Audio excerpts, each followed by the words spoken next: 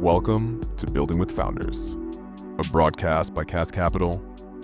In this episode, we sit down with Menno Hilberts, Chief Development Officer, and Nicholas Curcio, CEO of Bamboo, an early-stage startup out of MIT, where they're modernizing the outdated U.S. highway lodging market with a nationwide network of design-forward, tech-enabled, fully modular hotels engineered to deliver unparalleled experiences for guests at unprecedented speed and scale. Hope you enjoy. All right, Nick, Menno, thank you for joining me today. Thanks for having us. This is awesome. Of course. How you guys doing? We're doing wonderful. Yeah, really great to be able to be here, speak about Cube a little bit.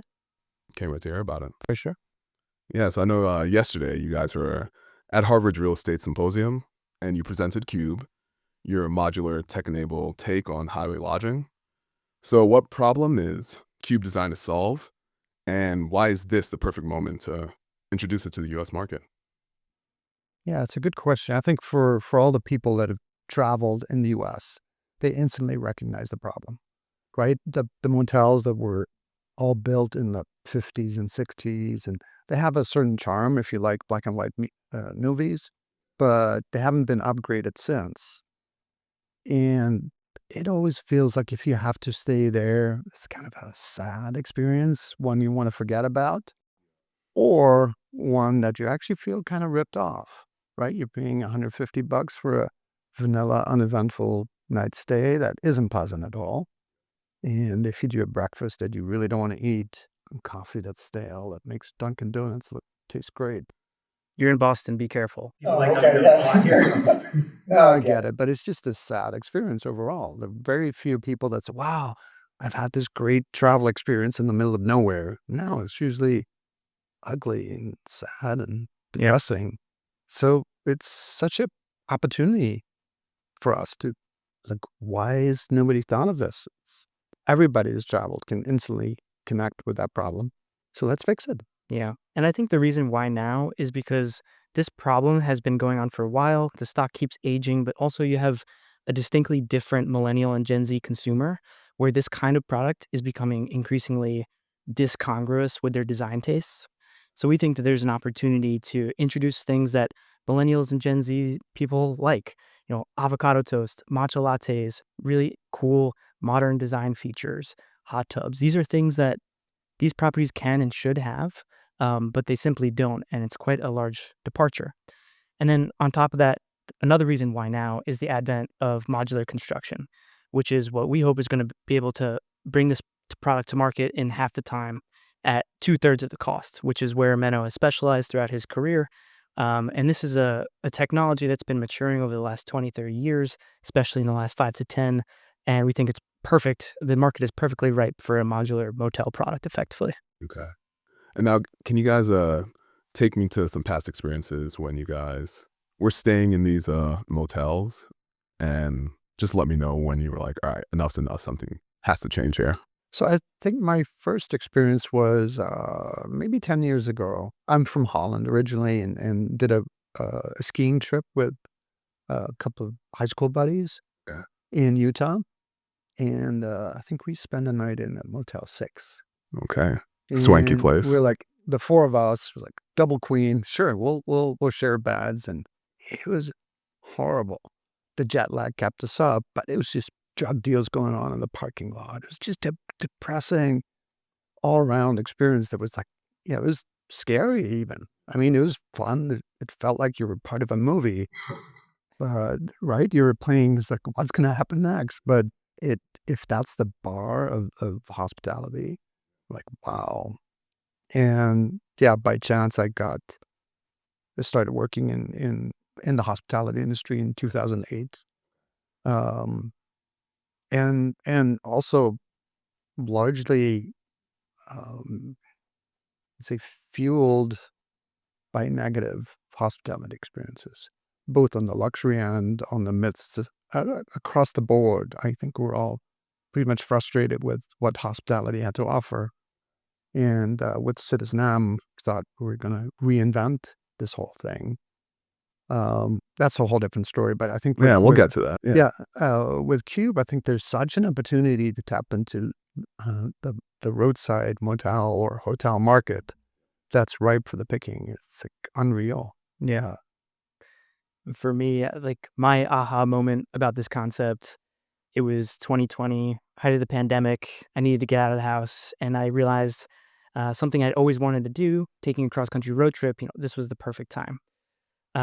So I set out to drive from New York to San Francisco, and my very first day, I drove as far west as I could on I-80 from New York to just about Ohio. I get to Youngstown, Ohio. I pull over and I see a Motel 6, and I'm kind of in a pinch.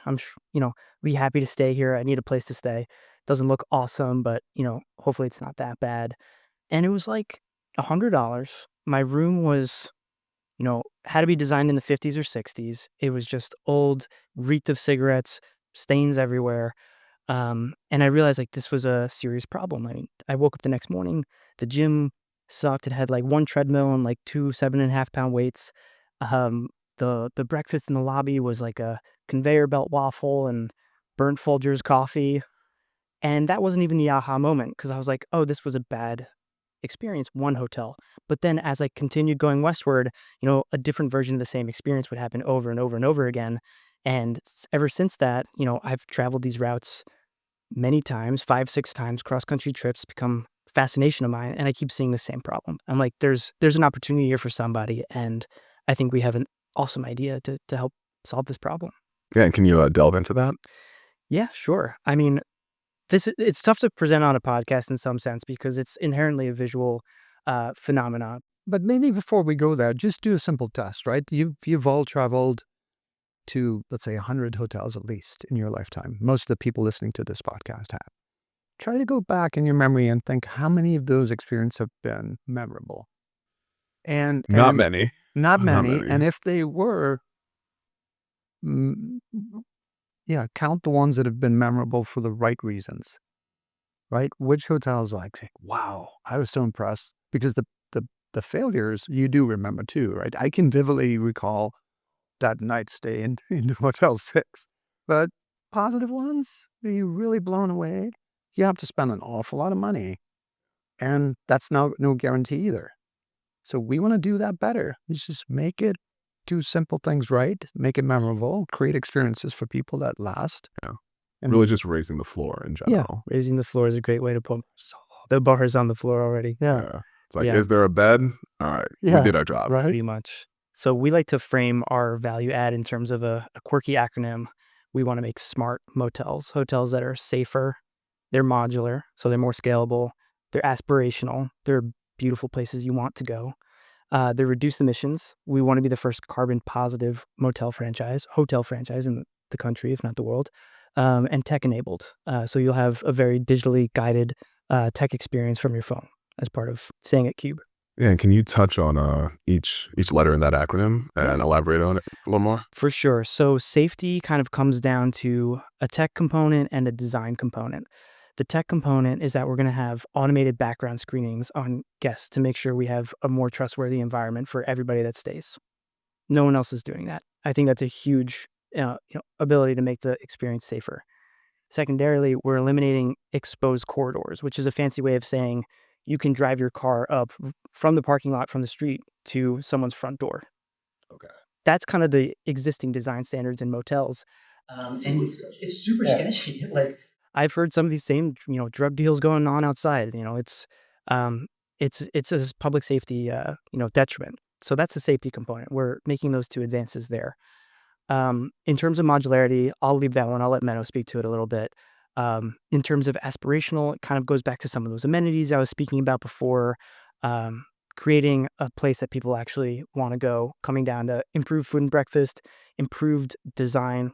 We're going for a Japandi flair, which is a way of combining Japanese and Scandinavian architecture. So maybe you can start. Did you coin that term? No. Okay. No, it's a thing. Okay. It's not well known, I guess, here, but it's Gotcha. elegant simplicity. Exactly.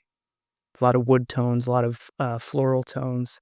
We're going to have this huge centrally located garden, and it's just going to be a place that you enjoy staying. From carbon positivity, the modular product is inherently less carbon emitting. So that's a big help for us there. We're going to have a solar roof, and we're considering doing this like every stay you plant a tree, which could bring us to carbon positivity.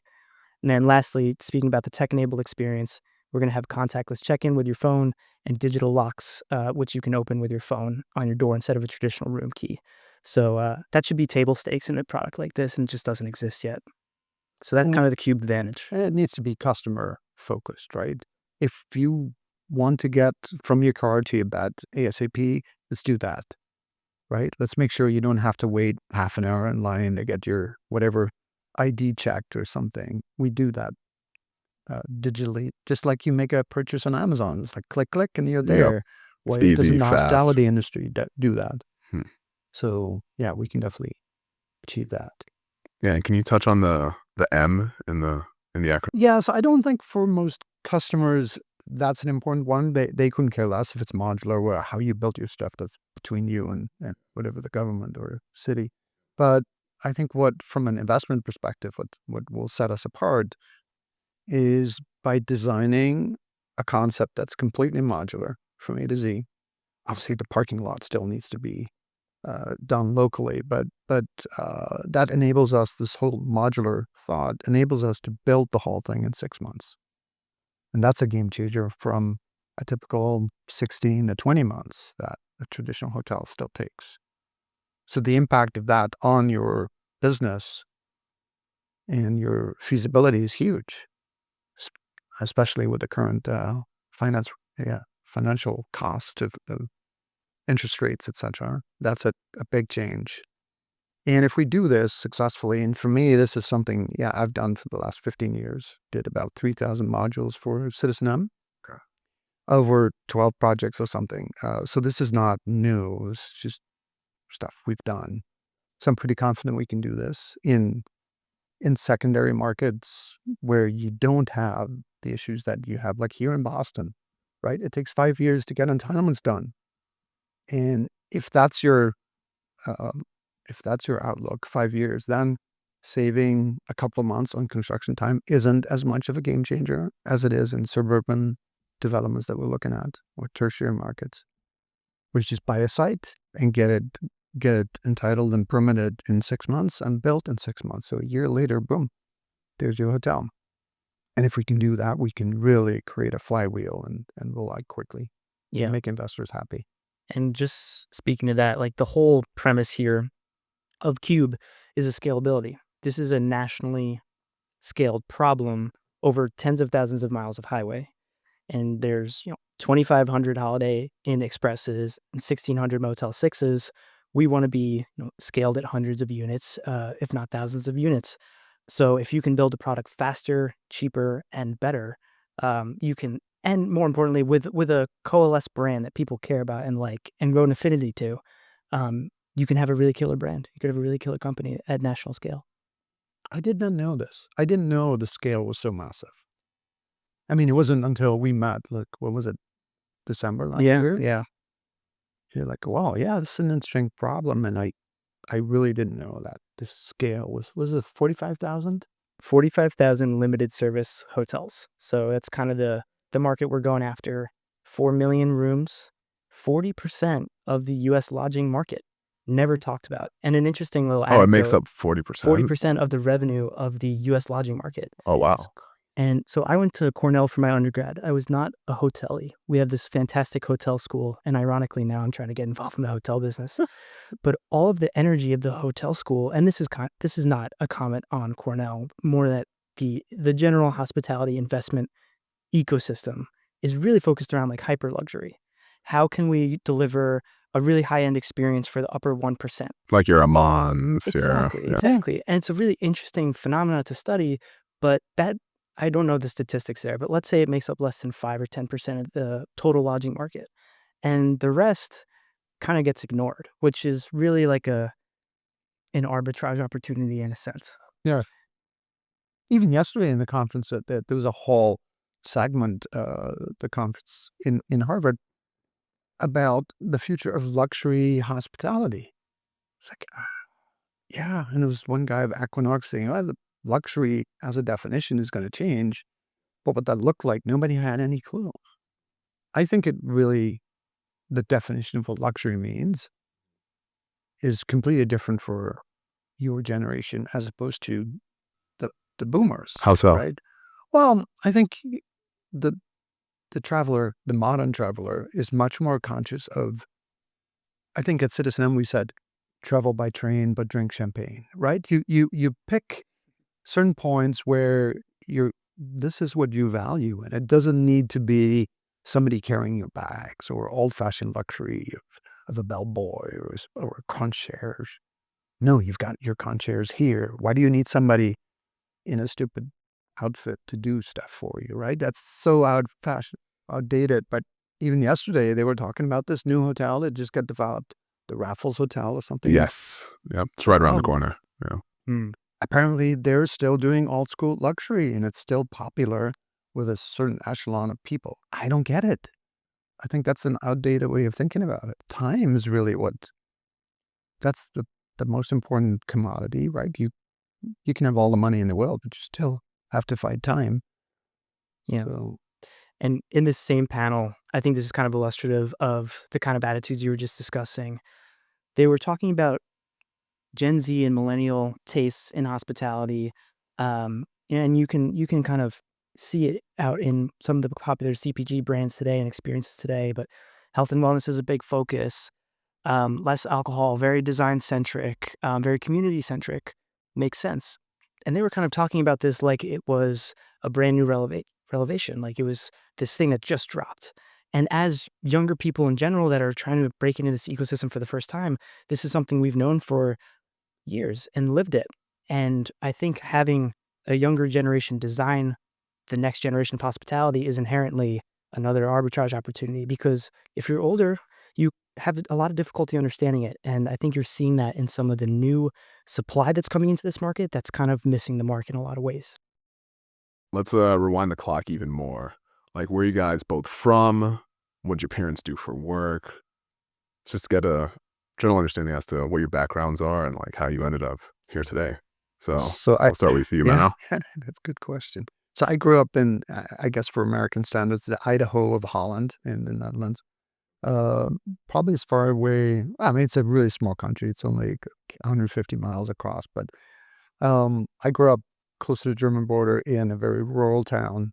Um, my dad had a job in IT, and he held the same job for 40 years or something. Very sort of uneventful youth. But when I graduated high school, I'm like, I'm out of here. I just went, and college is free in Europe and in Holland. And yeah, so it's merit based, right? So you have to have good grades. And I got in, I did aviation and even rocket science for a couple of years and didn't quite like that. What were you considering like doing with those or getting into? I don't know, it just sounded fancy. Fair. And it was a college as far away Okay. from my hometown. I mean, if it's on a rocket, as far as the way we can go. I had no idea. Really, I had no idea. And then Yeah. I didn't do that well. It's like, okay, let's do construction. Maybe that sounds easy. So I did that, graduated that, and also I didn't have this big plan of doing anything in the construction space, but I was offered a job in Aruba. That's nice. I just didn't know where that was and what the job entailed, but it's like, sounds good. Yeah. And that, I guess, has been sort of the theme of my professional life. If you keep moving, you sort of do things and yeah, just don't overthink it. Just keep moving and things will come. Put yourself in you. new situations. Yeah. And keep expanding your comfort zone constantly, and it'll get you somewhere. So went back to Holland, did a couple of boring jobs, and then met my girlfriend, now wife, and then by accident went back to Aruba a couple of years later. By accident. Well, You just trip over a long rock story, and like, I'm in Accidentally Aruba. booked a plane ticket. No, so a friend of mine from Holland, the college buddy, who came and visit me during my first stint in Aruba, ended up staying there. So a couple of years later, I ended up going back to visit him for a couple of weeks. Ran into my former, it's a complicated story, former employer. And he said, hey, we're building an airport. You want to come join us for a year and a half? Long story short, I ended up staying there for 8.5 years. Okay. Doing all kinds of projects, had a lot of fun. So that was my first real stint in professional lighting. But yeah, my kids were born there, and it is kind of a small island to raise kids. And I went to Spain after that, also by accident. You got a lot of See, good accidents. that's the Yeah. theme of my, yeah, You I gotta just tell rolled me how into you it. just like roll and happen to fall into these weird accidents. Like, Yeah. So I had given up my job in Aruba, said we're moving back to Holland. Almost packed my container with stuff to move back. And I was talking to an owner of a bank building that we just built, and he wanted to build an extension to it. And I told him that, yeah, we need to do this deal now. Otherwise, you won't be able to deal with me because I'm going back. And he said, well, going back where? What are you doing? I was like, I don't know. I'm just going back and I'll find a job there. And he said, well, we also have a business in Europe. Maybe that's interesting. It's like, oh, well, okay. What are you doing? Well, we develop all kinds of property in France and in Spain and Morocco. And I go, okay, cool. Long story short, I ended up packing up the whole family, moving to Barcelona, and switched from construction to development. okay.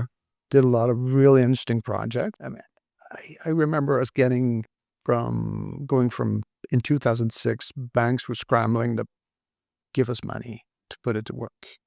And that changed from banks saying, oh, maybe we should do not a package deal, but maybe we should club with multiple banks and see if we could do a group deal as opposed to just going out on our own. To maybe not. Let's phase this thing up.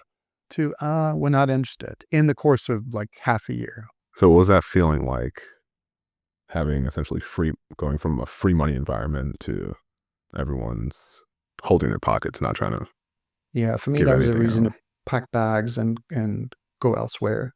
And Would that's you? how I landed the startup Citizen M, Okay. through Another sheer accident. coincidence. Yeah. Most of my things in life have been a coincidence. Yeah. Yeah. Okay.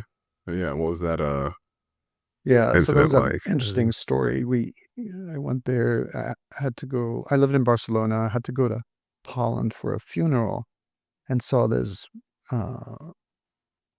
job offering of Citizen M, a new hotel brand that I never heard of them. They hadn't built the first project yet, but like their paragraph of the hotel concept was so spot on. And at the time, I traveled like three trips a week. So 3 hotel stays in various. So in Paris, I stayed in a hotel. Saint-Tropez was one of the projects we did. I had to stay there. And usually there were disappointing hotel experiences. Even my travel budget was luxurious, right? It was like, we don't care what the money is because we're a very affluent venture capital backed developer. But it doesn't necessarily get better. You still have to wait in line after your delayed flight from whatever to check into your 4-star hotel. And Citizen M had this paragraph, it's like, designed by the frequent traveler for the frequent traveler. Like, I get it. Get me in here. So I think on a Friday afternoon, I saw this thing called. It's like, I have to be in Holland next week, Tuesday, because of a funeral. Can we meet? And yeah, sparks were flying and we hit it off straight away. I'm really happy I joined that team. It was very early days. So they were, I think, 4 months into construction of the first project. And that's also my exposure into modular. Yeah. So what did they nail about the concept? Like, what were the top 3 things that drew you to it? And what were the gaps that they had in actually So I going think about executing? conceptually, it was 90% right, Okay. or maybe even 100% right. How so? Um, it really unlocked and disrupted a market. Uh, I mean, the first project was in Amsterdam on the airport, and there's a lot of frequent travelers there, and it really tapped into what these people needed. And that wasn't there. There were Sheratons and Hiltons, but they were overpriced and under delivering, right? It's just, yeah, we talked about this in the beginning. It's a vanilla experience. And here we come with very functional, clean, quiet rooms with a great shower, great bed, and a very fun experience. And all of these people, we expected actually our clientele to be much more budget travelers, maybe. And a couple of months after opening, it transpired that they were mostly business people. It was a mix, but a lot of people from the Sheratons and Hiltons were coming in.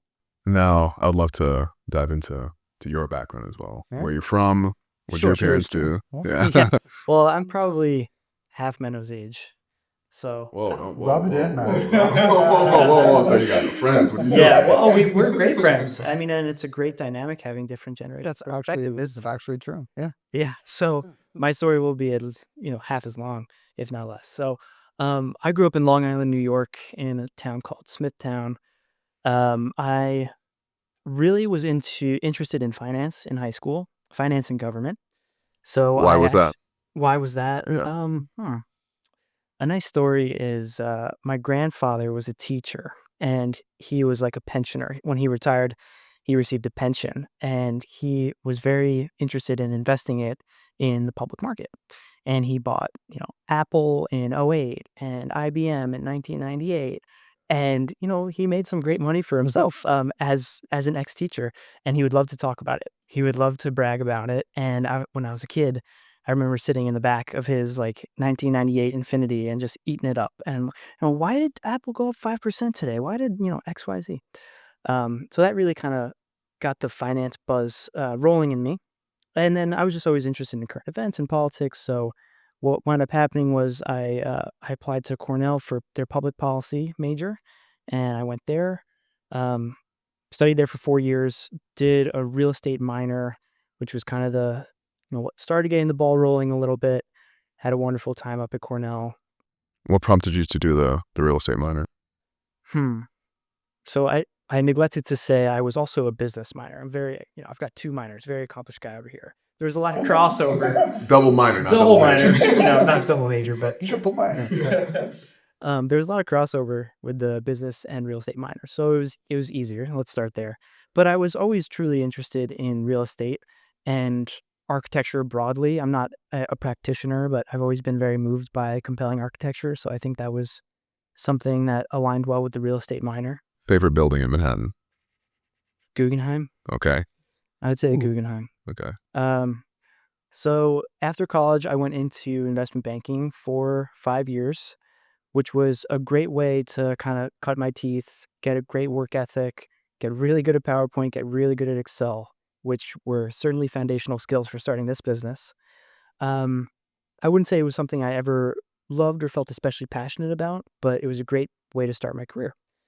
Around 2024, when I started thinking of this idea, I knew it warranted all my time. So I left my job. I applied to my MBA program at MIT, and my intention was I want to go get an MBA and use this as time to develop this idea, for which the MBA has been a really great purpose. Yeah, how's that experience been at MIT, and how'd you land on MIT Sloan? Yeah, that's a great question. I'll start with the latter. So I applied far and wide to different business schools, and I wound up getting waitlisted at Sloan. And I got into 2 programs in the UK. And I went over there. I saw those schools. They were beautiful. Like I said, architecture buff. How could you go to Cambridge and not be moved? So I was, quite happy to be able to go to Cambridge. I assumed things were not going to work out with MIT. I paid my deposit for Cambridge, $10,000. I never got back. Oh, really? Yeah. That's sunk cost. Sunk cost for sure. And then one day, I was talking about it with my girlfriend. I was about to move to Europe. This was going to be difficult on a relationship, and I was like, I better give one last shot at MIT, give everything I have. So I remember walking over one day, put on my best suit, walked over the bridge to MIT because I had been living in Boston before, and I spoke with their admissions team, gave my emotional plea. Tears were shed, and a few days later, I wound up getting an acceptance note. So that What'd was you say to pretty them? damn cool. I gave him this whole kind of emotional spiel about how one of my last great memories with my late stepfather was walking around campus and how I really felt that this was a place where I could do something really special. And it worked. Wow. So that's why I went to Sloan. And Sloan's been an awesome, awesome experience for me. It's been very synergistic because it's such an active entrepreneurial community. Everyone is, not everyone, but a really high critical mass of students are working on really exciting entrepreneurial projects. What's been interesting is, MIT is such a technology oriented school.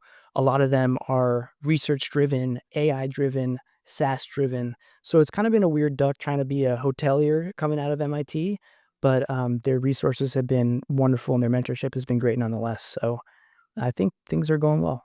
Can you touch on some of those resources and that mentorship, like specific moments that helped you realize, like, okay, this is the place I should be? Definitely. So the whole MIT entrepreneurship ecosystem, their mantra is talk to customers, do primary market research before you do anything. That's mom tests, exactly. Yeah. So it's very easy to concoct a solution when you don't really understand the problem well. And that's a trap that a lot of people fall in, and it's one that I had fallen in myself. So when I was trying to validate this thesis for Cube, people would always ask me, how do you know that this is something that people want? And I was like, trust me. I've seen it. I Yeah. can, there's a, It's very tangible, right? it's very tangible. Yeah. And I think it's totally true, but you need And data. you're the first customer in that instance. It's like, how do I know people want it? I want them. Right. Yeah. I And mean, that's a very important factor. I realized that when I joined Citizen, it was out of conviction that this is true. And people say, how do you know? Well, you just know because that's what you experience every day. It's Yeah. the same. Yeah. There's a lot of merit there. You want to build something that you want, but also when it comes to convincing others, especially maybe like a venture capital partner, they want data. And it's really good to question your first principles assumptions and ask people. So I did a lot of really structured survey-based research on the advocacy of the MIT program, the MIT accelerators that wound up shifting this idea a little bit, writing off some things, adding some other things to the toolbox. So it's a really great way to go about things when you're starting a company. And you were in one of those accelerators, right? Yeah. We did MIT Sandbox, which is one of their early stage accelerators in the fall and in the spring this year. And we'll be doing a similar program at Harvard this summer called the Harvard Rock Fellowship. And you were in their 100K competition as well, weren't you? Yeah, that's how we met. Yeah. They have a great competition called 100K, which takes place over 3 parts. I might bungle the names, but it's like pitch, launch, and accelerate, I think. And it's kind of meant to go sequentially. So I participated in the pitch competition in November. 90 seconds, no slides, verbal pitch. Was the most nervous I had ever been in my life. Somehow landed that plane. Couldn't And I had the fortune of meeting you after, so things worked out pretty great. I didn't win the competition, but it was a great chance to get the message out. Nice. Now, are you guys ready for some quick fire questions? Ready for quick fire? Yeah. All right, let's do it. All right, so Nick, this would be more applicable to you, but Menno, I would love for you to dive in and give your perspective as well. Potentially on other cities, but what makes Boston's startup scene unique, and how has it shaped your journey so far? It's so tech centric that I think it's like notably tech centric. Super big AI hub, so much health, so much pharma, biotech, and it's super strong in all those regards. And it has the amazing university systems, so it really punches above its weight. And the community around the startup scene, the resources from the schools, I've found to be a really great weight to start in the kickstart this venture. Yeah. And what's been your experience with the In startup scene Boston, here very so far? limited. Yeah, I would love to hear. I mean, I've just been to just your Boston. This perspective. is literally my second time. Okay, Third yeah. time. So your perspective would be really cool, just like being here, only for your second time. Listen, if just going back to my experience at Harvard yesterday, you realize that you're pretty blessed walking around surrounded by, let's say, 500 people that all have pretty special brains, right? Yeah, they're very interesting people that have just they're operating at a higher CPU speed than most people, which is, it's no guarantee for anything, but it's inspiring, and it's kind of cool to be in that environment.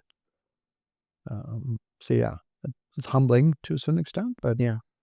What do you think? I mean, you're super close. You started this amazing podcast talking to founders all the time. Yeah.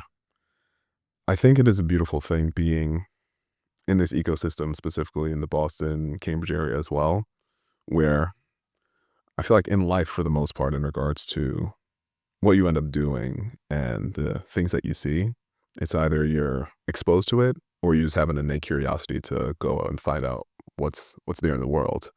And I feel like Boston, the Cambridge area as well, allows you to be, I would say, the most noble version of yourself, because by proxy, I'm running into individuals like yourself. I'm going to these demo days at Harvard and MIT, going to these conferences. And it's such a beautiful thing because all these people are so focused on intellectual honesty and just finding the best idea. And you also find that these individuals who are so keen to be as intellectually empowered as they can possibly be tend to be the nicest individuals.